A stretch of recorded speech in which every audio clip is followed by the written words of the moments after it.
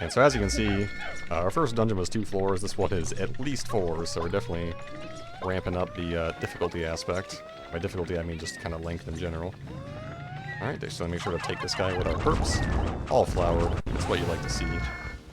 And so yes, enemies will often have treasures as well, so it behooves oneself to do some murdering. I don't want you guys to carry that back. There you go, you guys can do that. I don't see... Let's just see if this is the last treasure. Because I didn't actually see any other ones. So hopefully we can just end this with this little game and watch. So yeah, dungeons are like pretty divisive, I would say. A lot of people really don't like the inclusion of dungeons in the second game. But I don't mind them. It's the Dream Architect. Oh, there's another treasure. I'll take the reds because there's the fire, and hopefully we can just deal with no combat. So I don't mind the dungeons. I think they're new. I'll talk a lot more about how they impact like the time limit in the overall game later, but for as of right now, I totally don't mind them. And pretty much any time you can see a purple flower, you're going to want to get more because they don't have an onion, so their production is a bit limited. Meanwhile, if you need more reds, you just go up to the surface and, you know, get some more. Oh, 25 purple Pikmin. We are going ham on these guys. I'm just gonna leave them there and get Olimar to take these guys back. Because this should be the last treasure. It's a Nintendo playing card. Yes, Nintendo did used to be a luck wafer, a playing card company before they made video games. This episode is just full of trivia. And by episode, I mean series. That was the last episode. Losing track of time here. Alright, delve deeper with our Pikmin. You betcha. Our mighty squad of 95 boys. Could have flowered the purples, but I'm sure it won't matter.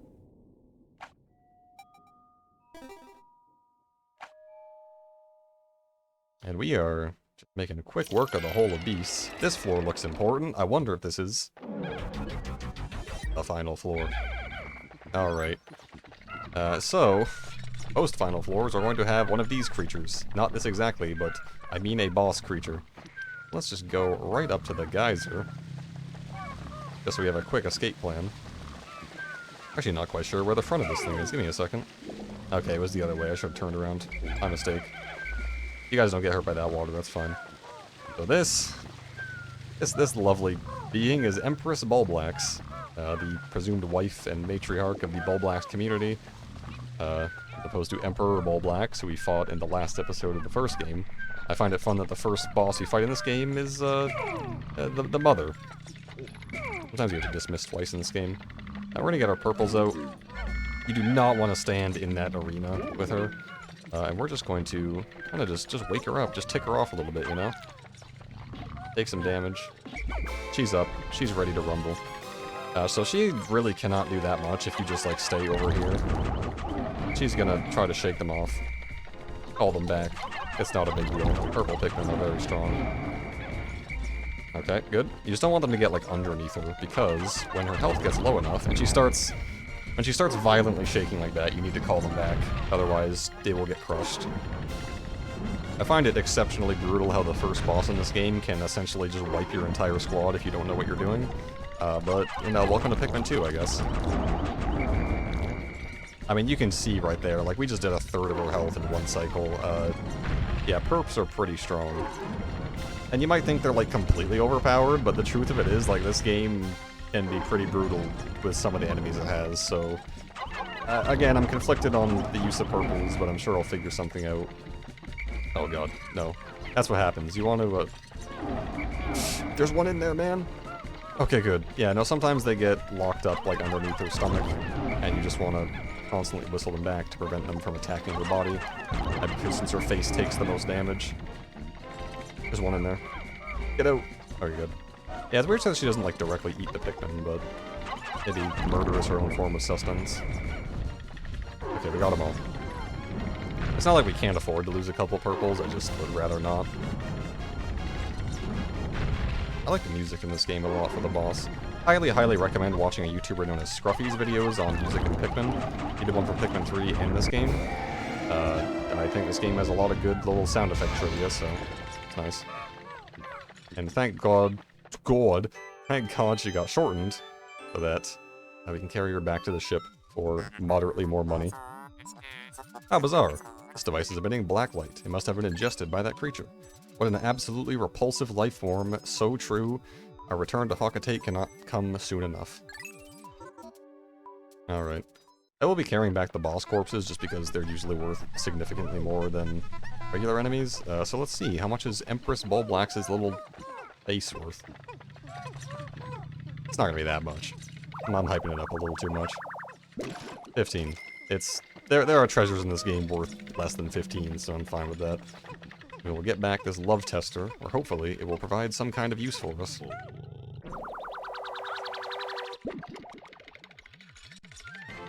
Ta-da! It's on.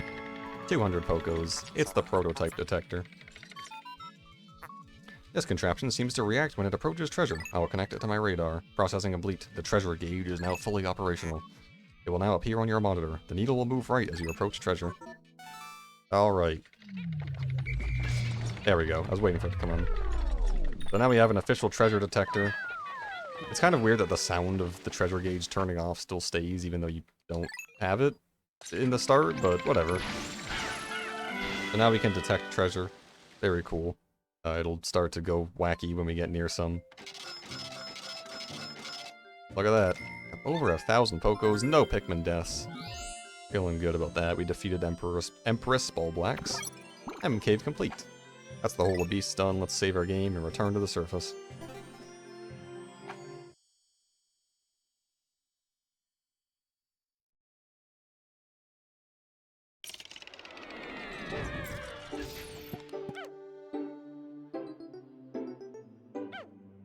Oh, good thing Pikmin don't take fall damage. And 2 dungeons down, we've already done 20% of the debt. Feeling great. And as you can see, we still have the entire half the day left. That scared me a little bit. Our treasure sensors are kind of spiking a little bit, so now we just have this for the overworld and dungeons. Pretty darn useful, I would say. That was scary. What was that? We'll never know.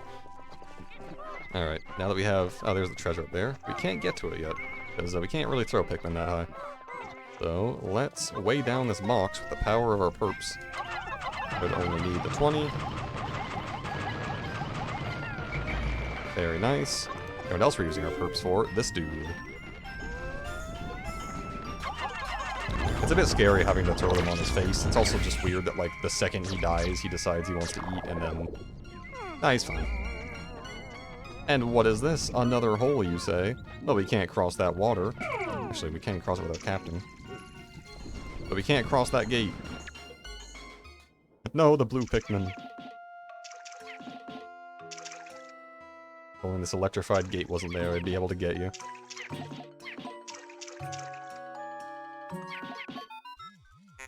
Look there! Wild blue Pikmin are chasing prey near the water's edge. Perhaps by observing these wild specimens, we can understand more about their true nature. Ding! I apologize, I was momentarily entranced by them. Now back to work. You got it, ship. We cannot pass them. We'll have to save the blue Pikmin for another day. That's where we fought the armored cannon beetle last time. It's a bit flooded now. There's a hole up there. There's a hole in here. This is the only one we can go to, so let's investigate. It's a double hole kind of day. Astounding. My metal detectors are reacting violently. What could be down below? If you find trouble below, do something. The exploration pod will drop its loot to make room to carry you, Louie, and the Pikmin to safety. Oh yes, as I mentioned earlier, you can escape the dungeon anytime. It's the White Flower Garden. There's fire and poison. Sorry, there was one Pikmin not in our squad. I apologize. I'll have to wait until we come back. He can stay. He can hold down the fort at base. But yeah. What was I just talking about? Oh man. Yeah, no, you can exit the dungeon at any time, but you will lose all your treasure. So, should only be used in extreme circumstances. It's the White Flower Garden, looking significantly like a metal complex rather than a garden, but what do I know? He almost ate. I don't know what, like, popular things mean. People always say this ate, or like this eats. Is that like a new slang to mean something is really good? I don't really understand it. I'm not too up to date with the kids. I like to just invent my own slang, to be honest. Like saying something is garlic to me means it's really bad. Like, oh, that's garlic. That was garlic. I think it's gonna catch on. Alright, seems to be a pretty simple floor here. We got some Kiwi shoe polish. That brand's still around today. And yeah, appears to be the only treasure on this floor. Just gonna wait for that to get back. You are completely harmless, but we'll kill you anyways because I find you annoying. Excuse me. We're just gonna get Olimar to go back. Do not want to bring the corpses back. There's simply no purpose of that. Get the shoe polish. They will join the squad, and then we will switch back to Louis and go down to the next floor.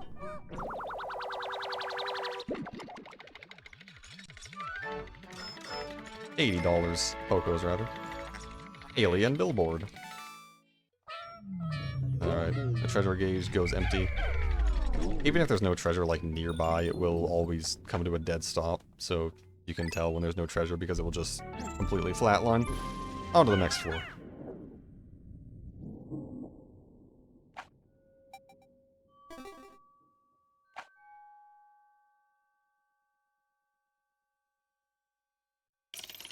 It's sub-level 2, and I'm still not seeing any gardens, but I am seeing some fiery blowhogs. We remember these guys from the first game, they shoot fire. Thankfully we have purples, so, you know, we don't really have to fight these guys with reds. In fact, they can throw Pikmin. One of their attacks is throwing Pikmin off their bodies, which, as you can see, there's a bit of an endless abyss down there, so we don't really want that to happen. And we got a couple treasures here. There's a nice crystallized heart. And I guess now that we're in the White Flower Garden is a good time to talk about the time system in this game. So, we're doing 2 dungeons in one day, which is like, the fact that there's no time limit. I'm gonna go over here for a sec. The fact that there's no time limit in this game is, again, it's like a divisive thing. I don't mind it, I just think it's different. I still prefer the first game overall. I prefer the first Pikmin because I think it's nice to have that level of stress and like forcing you to do things. Alright, hang on, 100 Pocos for this is ridiculous. Petrified heart. And we're about to get another one. It's another bottle cap. It's Dr. Pepper. The Drought Ender. So yeah, let's talk.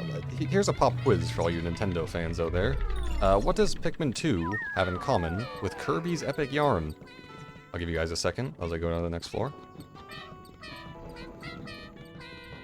Okay, the answer is, what this game has in common with Kirby's Epic Yarn is in neither game can you really lose. So something I didn't show off in Pikmin 1, and maybe I should have. If you ever suffer an extinction of one type of Pikmin, let's say you lose all of your red Pikmin, you don't lose the game. You don't get a game over. Instead, the red onion will simply produce one more Pikmin. So this means, because there's no time limit in this game, and because losing all your Pikmin just means that you get one more and you have to start over from scratch, but again, there's no time limit, you can't ever lose in this game. There's no situation in which you will game over or be... You can't lose. Hang on a second, there are white flowers. Yes, flowers in the ground.